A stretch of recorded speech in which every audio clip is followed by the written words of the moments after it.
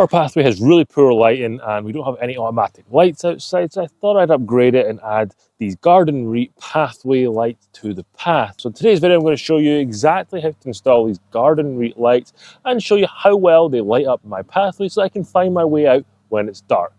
So in the box here, we have everything we need to install. Now, if you're buying the lights by themselves, you will have to get other components, but we'll discuss that later on in the video. But here we have the pole for the light, and then we have the top for the light. I really like this. The light's going to be underneath here, and it's going to give a nice glow out onto the path so we can see exactly where we're walking. Nice brushed sort of bronze finish here.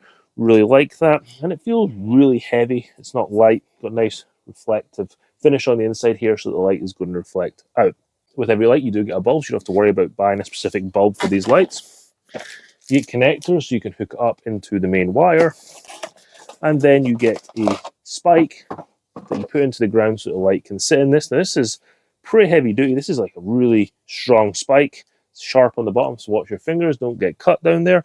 So we're going to position these in the ground, hook up our lights into here, and then do all the wiring. It's really easy to get all the wiring out with this little V-notch at the bottom here, so I really like that design. Before wiring anything up, make sure you thread the cables through the bottom of the spike and attach the light. This is going to mean that the cable is going to sit in that little V-notch that I showed you beforehand and mean that you can then bury the cable. Failing to do this will make it really difficult to wire, as the wiring will be done before you put the light in. I'm going to go ahead and put the bulb into my light and then put the cap on. This threads on really nicely. It has a little gasket at the top to make sure no water gets in there. So take your time, thread it on nicely and then snug it up.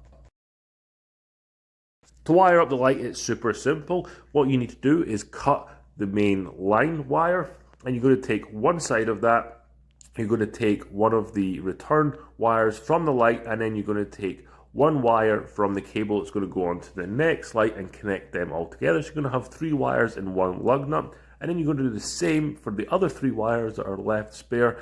You do this for every single light and it will be connected. The last light on the run, you're going to have 2 wires in each lug nut. You're going to have the wire from the light, and then you're going to have the wire from the main power feed. And if you ever want to add another light in, it's really easy to do. So you can remove the lug nuts and then add an extra wire in, and then you can put it all back together.